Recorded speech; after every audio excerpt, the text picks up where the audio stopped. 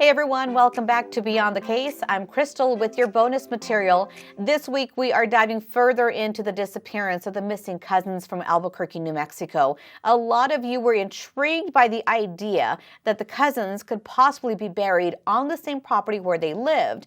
And a lot of you were wondering why canines were brought to a home that sat on that property, including taking a look inside that basement. This week, we're going to give you the entire interview between the homeowner and police, and it gives you more insight as to what the homeowner said his wife was seeing and hearing inside their home that prompted them to call authorities. Today's date is August 10th, 2011. The time now is about 18:10 hours. I'm Detective Lewis with Albuquerque Police Department. And on the phone with me is it? Yeah. Okay. Do you own the property at 3 Mountain Northeast here in Albuquerque? Yes, sir. Did you own that property back in 1979 when the Sena children went missing? I believe it was 1980 when we purchased. Me and my wife got married on November 3rd, 1979. I believe it was 80 when we purchased. It had that incident had already happened, but we had, been told, or I don't know how we heard on it, but okay. We were aware, and we had to get rid of they had heroin addicts and everything were living in the back. It was a big mess. Did you ever know the Sena family when you moved in? No, sir, never did. Okay. So now, if I look at the property, there's a house in the front, and then there's a house in the back on the property there on Mountain. Is that correct? Yeah, well, the two in back, we joined together, and that's where me and my wife raised the kids. Okay. Do you recall in approximately the summer of 2004 contacting an Albuquerque police detective by the name of Carla Gandata?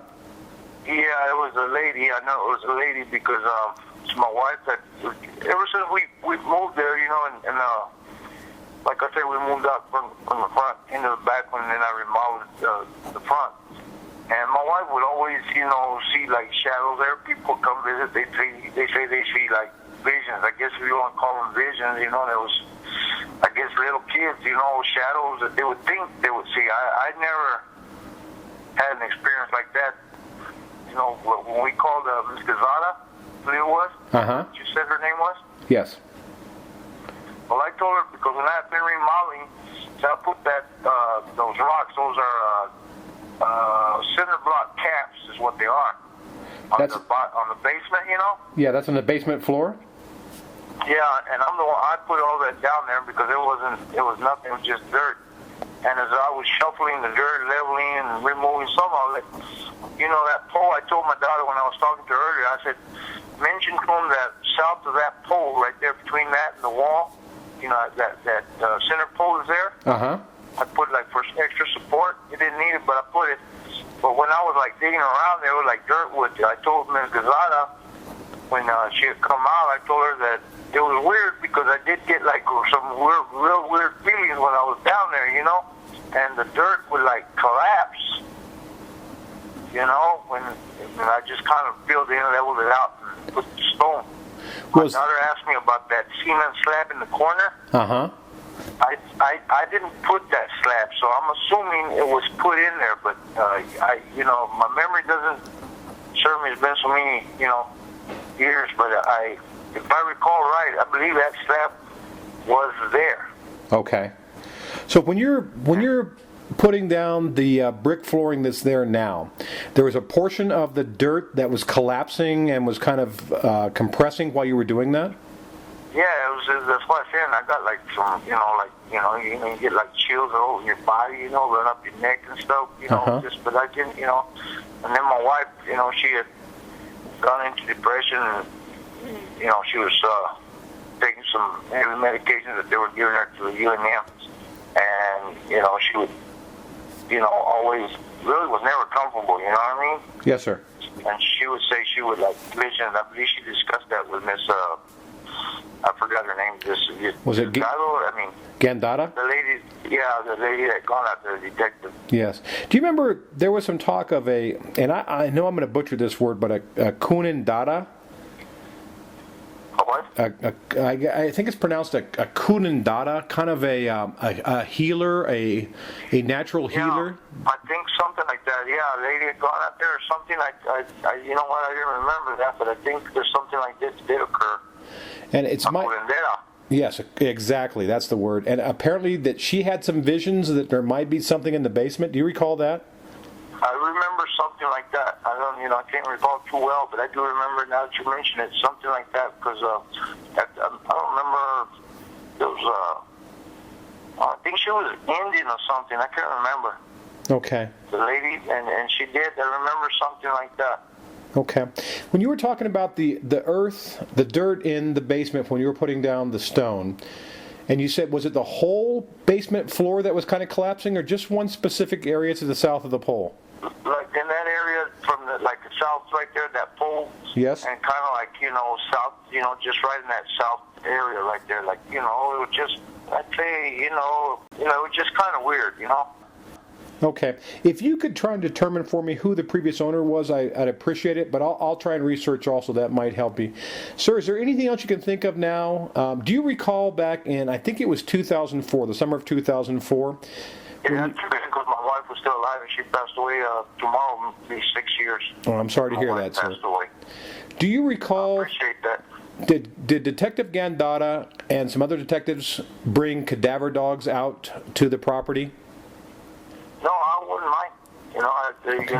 Put this all to rest because, we felt when we just found out all that what had happened. Like I said, then my wife would have these visions and nieces and stuff like that would come and they were scared to, even stay there, No, I understand. Do you recall several years ago, I believe it was in 2004, do you remember detectives coming out and going to the basement? Yes, sir, I remember that. Do you remember them bringing dogs out? I believe they did. Okay. Do you remember, did they say anything to you about what the dogs smelled down there? No, they didn't, they didn't mention, we didn't, I can't recall if they did or the dogs picked up anything or what, and I thought, well, maybe it's been so long or something, Okay. Okay, well, good. Recall. Again, sir, I appreciate your time. Do you have anything else that you can remember now about what's happened at your property? No, sir. Like I say, it was just a mess when we got there. It had heroin addicts in the back and the radios in front. It was just a big mess.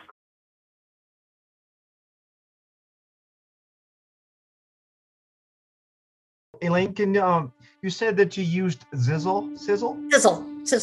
How was she trained to notify you of an interest? So the indication is that it's different for each dog. For Zoe, she would lay down and wait to get her ball. For Sizzle, when she was half lab, she's like, okay, feed me now. Give me my treat. I found it. It's here. Give me my treat. So it's usually a very definite change in behavior, and they've been trained to expect a reward because that's the odor that they found. And she had been pretty successful in other cases too, with finding stuff where I'm just like, I have no idea why. Do you remember in this case for Mary Lou and Billy Sena, if you told them that you found that your dog alerted you to at least one or two locations on that property? You mean in 2011? Either one, 2004 or 2011. I explained to them, I'm absolutely sure that we had this change in behavior with my dog, brought another dog down. It had a change in behavior too, similar. And both of us are looking at each other like, well, okay, where can we go from here with this change of behavior? Because it wasn't able to at that time to follow up, on what was going on. We did as much as we could. But then when I had Zoe there in 2011, I was able to stuff her in the crawl space a little bit.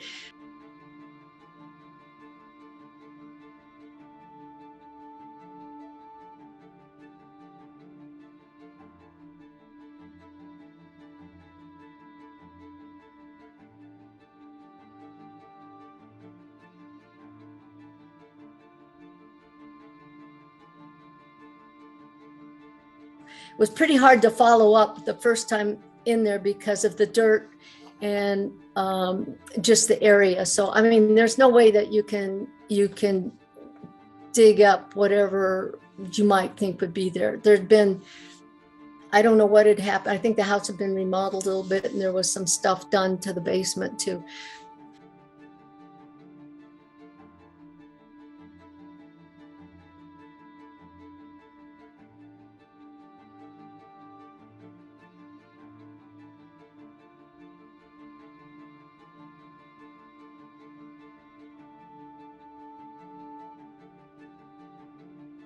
But the little problem with her search was is we had so many distractions. We had dogs barking. We had people all over the place.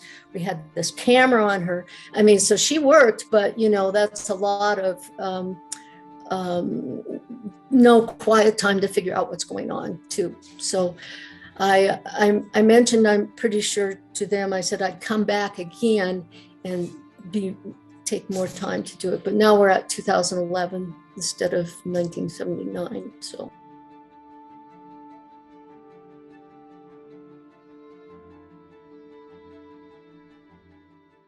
if you've not seen The Cousins Vanish, we do have episodes 1 and 2 uploaded right now on my YouTube channel. You can go ahead and watch that.